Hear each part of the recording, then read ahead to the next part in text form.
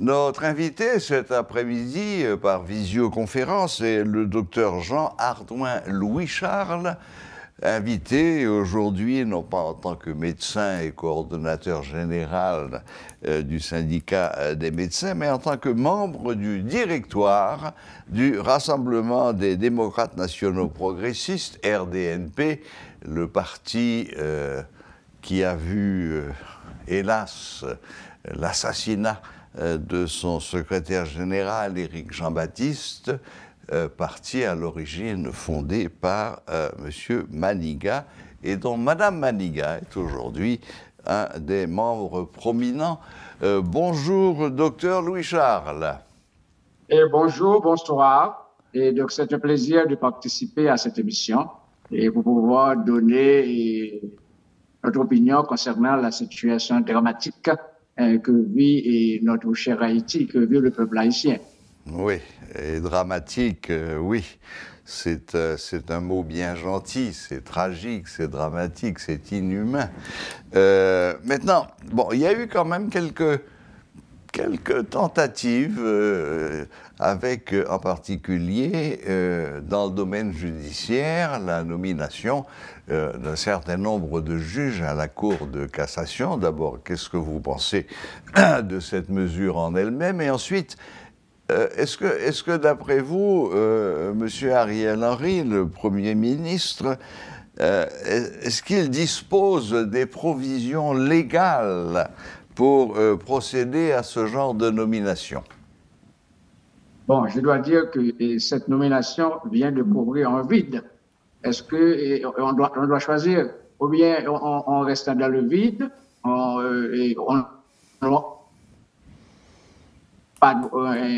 Haïtiens, aux Haïtiennes, ou bien on fait quelque chose. Et on n'a pas de, même si le Premier ministre Ariel n'a pas de provision légale comme on le souhaite, mais il ne faut pas oublier que nous vivons une situation exceptionnelle et où toutes les institutions sont à terre. Donc, à ce moment-là, qu'est-ce qu'il faut faire? Est-ce qu'il faut laisser toutes les institutions est-ce qu'il faut vivre avec l'absence des institutions? Ou bien il faut tenter quelque chose? Eh bien, c'est pourquoi je suis d'accord avec le HCT et le Premier ministre Ariel de faire quelque chose, et de faire quelque chose, attention, de faire quelque chose dans l'intérêt général. Et c'est pas faire quelque chose pour leurs proches, et de faire quelque chose dans l'intérêt général. Ainsi, je pense que ça fait trop longtemps que le pays n'a pas de cour de cassation. Donc, rester sans cour de cassation, c'est bloquer la justice. Donc, bloquer la justice, c'est faire beaucoup de mal au peuple haïtien. Ainsi, je pense que c'est normal qu'on doit tenter de faire quelque chose, qu'on doit essayer de régulariser et de remettre sur pied certaines institutions dans la mesure du possible. Mais étant donné que il n'y a pas de président, il n'y a pas de parlement, donc la Constitution n'est pas totalement applicable. Donc il faut faire quelque chose, même si c'est parfois en dehors de la Constitution. Mais l'essentiel, c'est de faire quelque chose dans l'intérêt de l'intérêt collectif. Oui.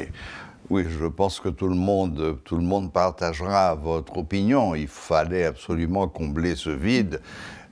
D'autant plus que, comme vous l'avez fait remarquer, il y a d'autres vides qui sont tout aussi béants et tout aussi dangereux pour la démocratie d'un pays, en particulier l'absence de Parlement, que ce soit le Sénat, que ce soit la Chambre des députés. Je vous ai posé la question parce que certains esprits chagrins se sont attaqués à ce détail constitutionnel de le Premier ministre a-t-il le droit de nommer des juges, peut-être en laissant de côté ce que vous avez mis en avant, à savoir est-ce que c'est dans l'intérêt du pays, oui ou non? Et à l'évidence, la réponse est oui, c'est dans l'intérêt du pays. Bon, comment parler de la situation sans faire allusion à l'emprise des gangs, d'emprise de plus en plus manifeste et de plus en plus sanglante des gangs. Maintenant, ça va partout. Avant, c'était plus ou moins ça se réduisait à quelques quartiers. Aujourd'hui, c'est partout. C'est absolument partout. Canaan est tenu, La Boule est sous l'emprise de Timacac. Enfin, Vitellum est partout. Il veut prendre Pétionville. Dans le même temps, il est question de l'envoi d'une troupe internationale militaire qui viendrait aider la PNH à combattre.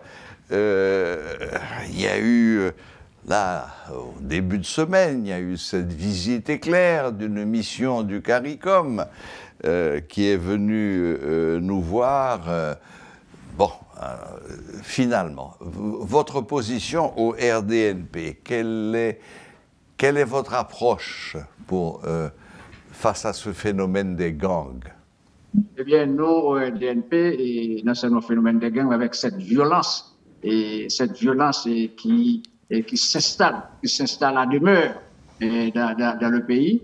Donc, nous venons de vivre, nous sommes en train de vivre une exacerbation de cette violence. Donc, cette violence qui tend à couvrir toute la zone métropolitaine. Donc maintenant, c'est comme si le citoyen et la citoyenne n'a plus d'espace de liberté.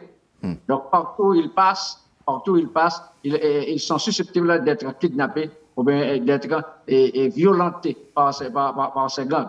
Donc ces gangs occupent l'espace et occupent de plus en plus l'espace. Donc nous n'avons plus d'espace vital. Donc ça vraiment et au RDNP, nous en parlons beaucoup parce que au RDNP, nous sommes victimes doublement, et avec l'assassinat de M. Jean-Baptiste et encore d'autres assassinats. Dans cette situation, nous avons perdu notre secrétaire général au niveau du RDNP. Et ensuite, notre profession est particulièrement victime de cette situation. Donc, jusqu'à présent, nous avons des médecins qui sont kidnappés. Et on a libéré certains. Donc, nous ne pouvons plus pratiquer sereinement la profession. Donc, nous sommes obligés de faire le marronnage de temps en temps.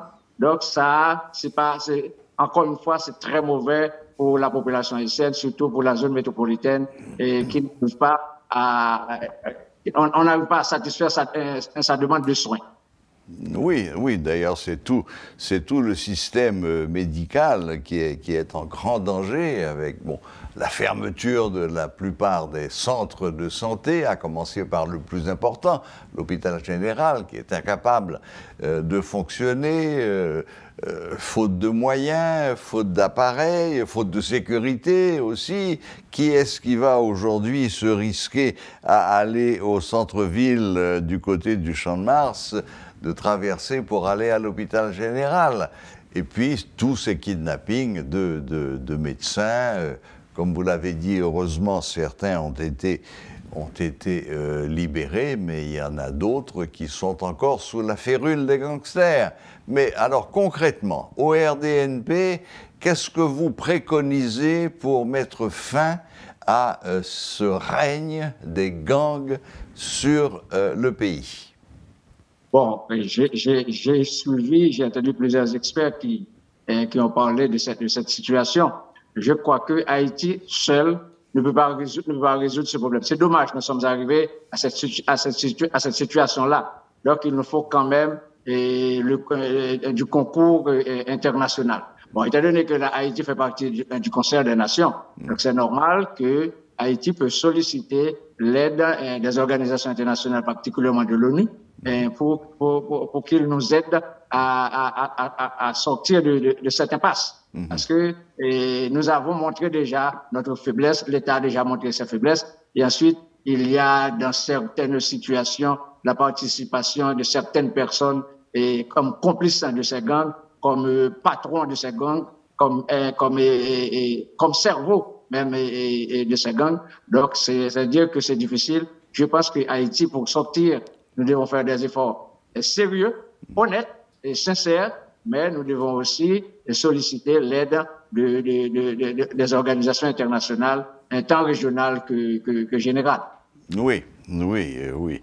D'ailleurs, je crois que cette visite, cette mission de la CARICOM Canada avait un peu pour objectif de tâter le terrain et de voir ce qu'il était possible de faire. Il y a une demande officielle de l'État haïtien auprès de l'ONU d'envoyer, mais j'ai l'impression que la communauté internationale traîne les pieds. Est-ce parce que les précédentes missions de l'ONU en Haïti n'ont pas tenu toutes leurs promesses, tant s'en faut.